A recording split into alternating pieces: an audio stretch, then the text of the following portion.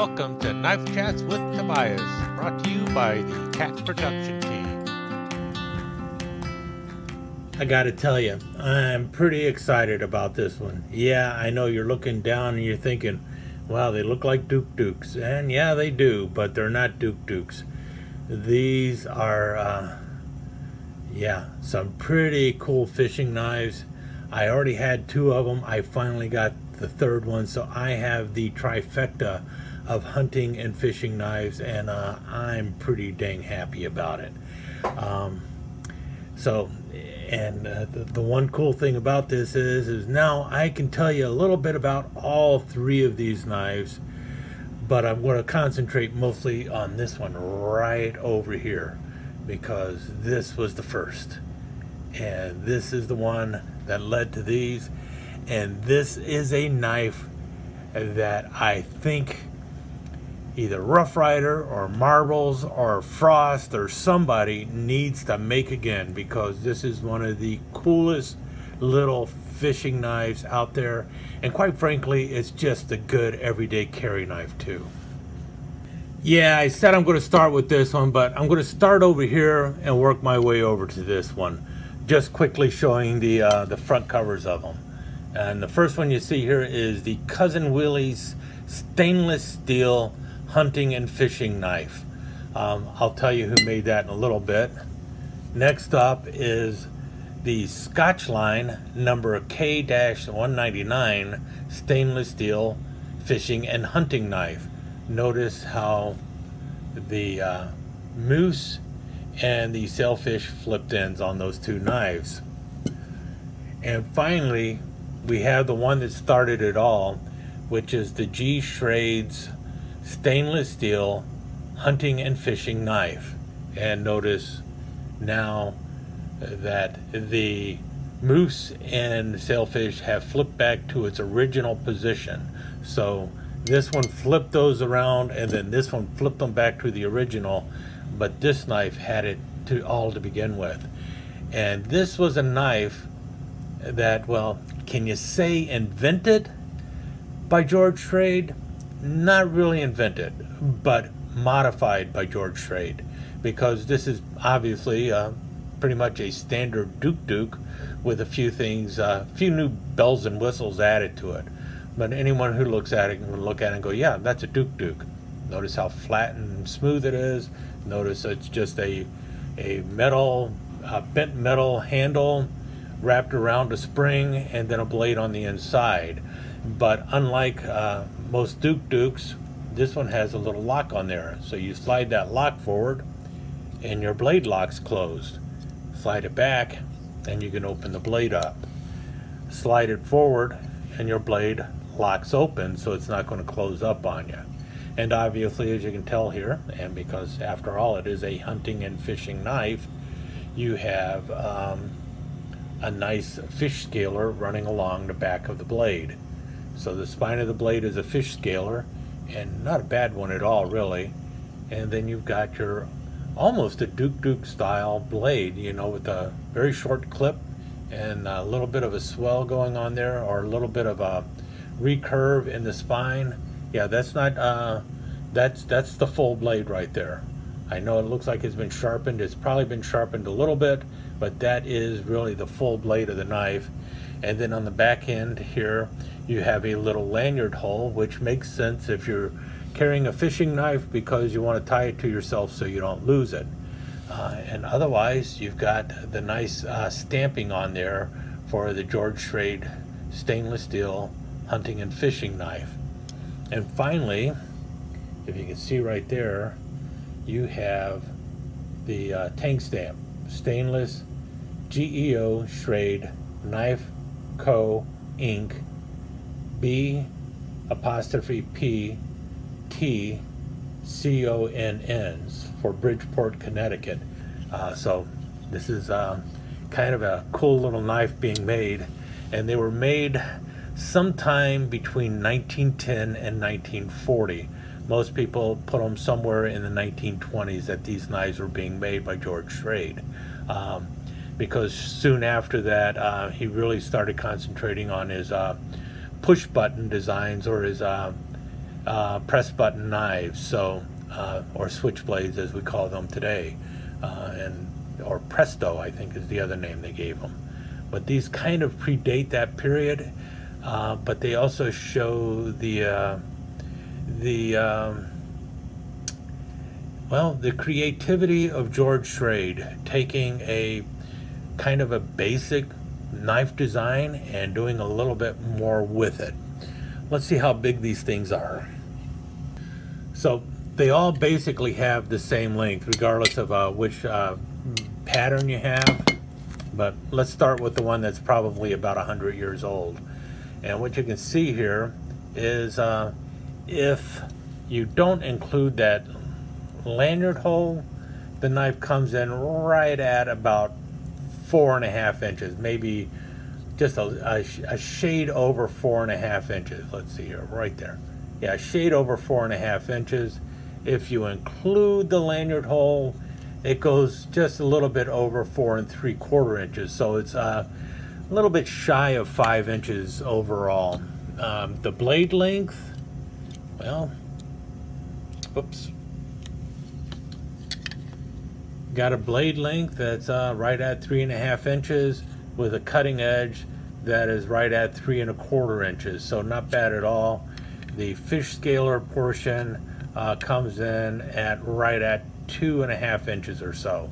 So 2.5 inch fish scaler and about a 3, what did I say? About a 3 1/4 inch cutting edge for gutting your fish or skinning your animals and everything. So really not a bad size pocket knife for not only your basic small game, but also just for your everyday carry. And with that size handle, you got a 4.5 inch handle going on. It actually feels pretty good in the hand. Yeah, this is a little problematic down here because of how thin the knife is, but it doesn't feel that bad. And obviously, if it was really beginning to bug you, then what you would do is you just, the usual. Slip on a glove. Then the knife is nice and comfortable. You don't really have to worry about it as much. Anyway, let's talk about the other two knives here. Okay, as I mentioned, the George Schrade knives were made before World War II, sometime between 1910 and 1940. Most people put them around 1920, so sometime in the 1920s. So this knife is about 100 years old, and in really good shape, all things considered. A lot of people like to also say that these knives are post-World War II, being made in the late 40s, early 50s. That is not at all the case. They were made in Japan, and they were not made in the 1950s. They were made later than that. First, the Scotchline knives, these came out in the 1960s.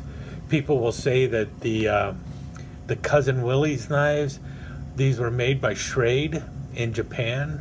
Well, if they were made by Schrade in Japan, they would have been stamped Schrade somewhere on there. The Cousin Willie's knives were not made by Schrade. They were made by a different company. A couple different people have given names for the companies that made them.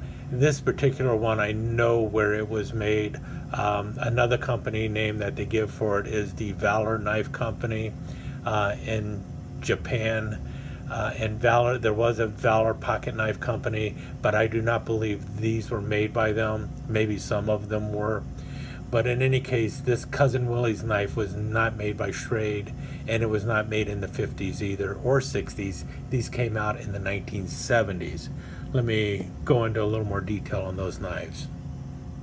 First up, we'll talk about the Scotchline knife, which is the number K199, and obviously marked Scotchline there. And if you notice, it is only stamped stainless steel Japan. You will notice, let's just do a little bit of comparing between the two. Come on. So the first thing you'll notice right away is the scaler on the back of the of the Schrade knife is a little smoother, and that's not from usage. That is actually the way it was designed. It is not nearly as rough or coarse as you'll find on the Scotchline knife, nor what you'll find on the Cousin Willie's. Matter of fact, the Cousin Willie's is even cruder than what you find on the back of the Scotchline knife. Notice the blade is also a little bit straighter. It doesn't have nearly as much belly up in front, and if you notice, the clip on the Scotchline is straight, whereas the one on the George Schrade is got a bit of a bevel going on there. Both of them do have a little bit of a swedge happening there. If you notice that there is a little bit of a swedge on the blade, but all in all, you'll notice that the Schrade knife is a little more refined than what you find on the Scotchline. Now, as for the name Scotchline, Scotchline is not a knife company. Actually, it is a trademark used by the Jeros Tackle Company, Jeros, Jeros. And I believe Jeros is still around today. And it was a company that sold fishing gear. And that's why it's a tackle company. And a lot of the stuff that they made, they basically, they sent out to have somebody else make it for them, and then they branded it. And that is the case with the Scotchline knife. The Scotchline was a trademark of theirs that they introduced sometime in the early 1960s. And that's how we know that these knives date from the 1960s, because that's when the Scotchline trademark for Jeros came out. And all in all, the knife, I mean, it functions all right. You can see this one is a little bent, but not badly bent.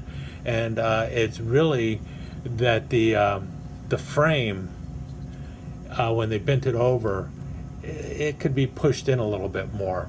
It's nice and tight and everything. It doesn't stop with the functionality, and that could have been the way it was built, that it's just got a little bit of a bevel there, because the pins are holding it in place, are holding it tight, and it is wrapped around the back spring nice and tight.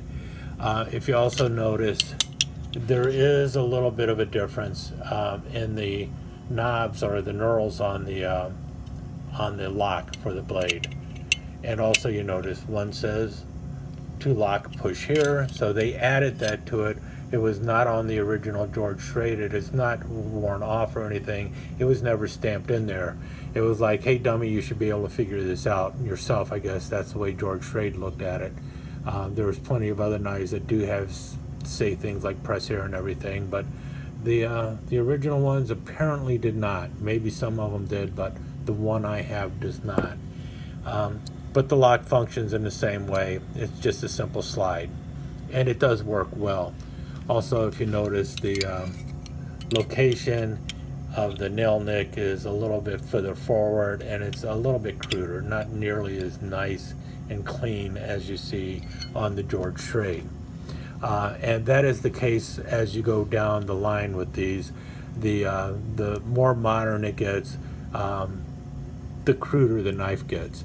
Now, these were made in Seki, Japan, for the Jeros Tackle Company, using the trademark Scotchline, and they do date from probably the early 1960s and throughout the 1960s. I don't know if they continued to make them after that. They may have not. As you can see, mine has some pretty nasty scratches on them. I guess I could clean it up, but I just haven't bothered to at this moment. Let's move on to the Cousin Willie's. Like I said, it's not by Schrade. My particular one is made by a company called Compass Industries in Japan. Again, a company that is located in Seki City, Japan. And I know that because it is clearly stamped right there. CI stainless, and then the number 1058 Japan. So this was the model 1058 knife made by CI, which is Compass Industries in Japan, and that company was around back in the 1970s and 80s. So most likely this knife dates from around the 1970s, not the 1950s, not the 1960s. One thing you'll notice about this one, like I mentioned before, they flipped the the fish back around, the fish and the moose back around, so it matches the George Schrade's knife.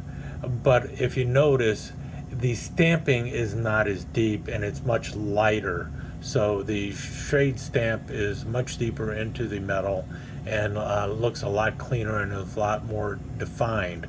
And the same even with the Scotchline. The Scotchline stamping is better defined than the Cousin Willie's. Did you listen to that? I'm going to do that too. Have a listen to this. Let's find this. Okay, here we go. You hear that? And that is the Cousin Willie. Now this is the, let's go with the Scotchline next.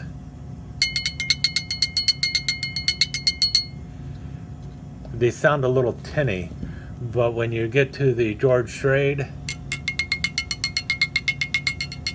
notice how it sounds a lot more solid. Well, it's also about 72 grams versus 63 grams or so. So they also get lighter as they go along. So the steel handle is a little thinner. The blade stock is a little thinner. It's not enough to be noticeable, but it is a little thinner all about.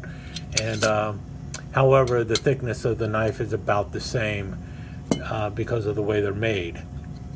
And you'll see here the blade on this one is pretty much the same as what you see on the Scotchline. You got the straight front there going on. This one looks like it's got a bit of a curve, but it's not as much as what you see on the Schrade. But it is. This is definitely straight. This has a bit of a curve or bend in the clip. But when you look at it compared to the Schrade, yeah, it's just not the same. Close but no cigar, basically. And also, if you notice, the scaler on the back is a lot more aggressive. And also, the other thing you'll notice is the pins on the knife. The pins are larger on the newer knives than what you see on the Schrade knives. So all in all, the early, the 100-year-old Schrade knife is better built, better pinned, and has a better finish overall compared to either the Cousin Willie's or the Scotchline. The difference is the Scotchline and the Cousin Willie's works a little bit better because, well, quite frankly, they're newer by about 50 or 60 years. Now, as for pricing, these, as you can expect, are the ones that are most sought after, and they tend to be the most expensive. Ones in this kind of shape tend to go for right around 50 or 60 bucks in this shape. That's usually, if you're doing open bidding and stuff, quite often they'll end up going for $50 or $60, especially if it's from one of the more popular eBay sellers. I was lucky. I found this being sold by somebody who did not sell knives, and so I ended up getting it for 20 bucks. If they would have known what they had, I would have spent a lot more for it. These knives in the shape that they're in, which is close to about the same shape that these are, I would list these as in good condition. They go for about half that price, but if you get them in very good or better condition than that, these easily end up going into the $40, $50, $60 range as well. And if you can find these in mint condition, you can often see them going in a bidding war, going as high as $100 or more with no problem at all. Because while I guess some of you have never really seen these before, they are kind of a hot commodity among people who collect fishing knives or fishing tackle. And it's also a knife that Schrade collectors like and want. So that's why the stainless steel hunting and fishing knives by Schrade can get a little pricey at times. Now, what I would like to see is a company like Rough Rider or Marbles or even Jim Frost and Company to come out with new ones of these. These have not been made in a while, and it seems like it's time. Somebody needs to break out the George Schrade hunting and fishing knife. Even Schrade. Why isn't Schrade making this knife today? And this is one of those knives that, man, I would love to see a USA company. I'd love to see Schrade, partner with somebody here in the U.S. and turn out this knife again in the United States and put in some good steel. Put in a high quality steel in the blade, and you could also find a good quality stainless steel handle, or even go with one of the other things like the copper, brass, or bronze or something like that, and wrap this up nice and pretty. And I tell you what, it would sell. I think it would sell. I hope it would sell.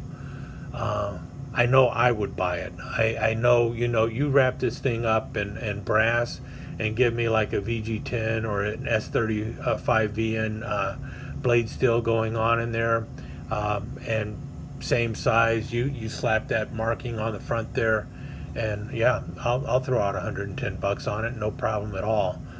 Maybe even more than that, simply because of it being such a classic knife. And you got the lock and everything else. As far as like Rough Rider or somebody, I don't know why they're not doing it either. Yeah, it would be made in China or something, but you do it upright, you slap on some copper or brass or bronze or a good stainless steel or even an aluminum handle, and throw in a VG10 blade, and sell it to me for $30, and I would grab it right away, no problem, no questions asked. Will they do it? Probably not, but they should do it, at least in my opinion. Anyway, stick around for some slides.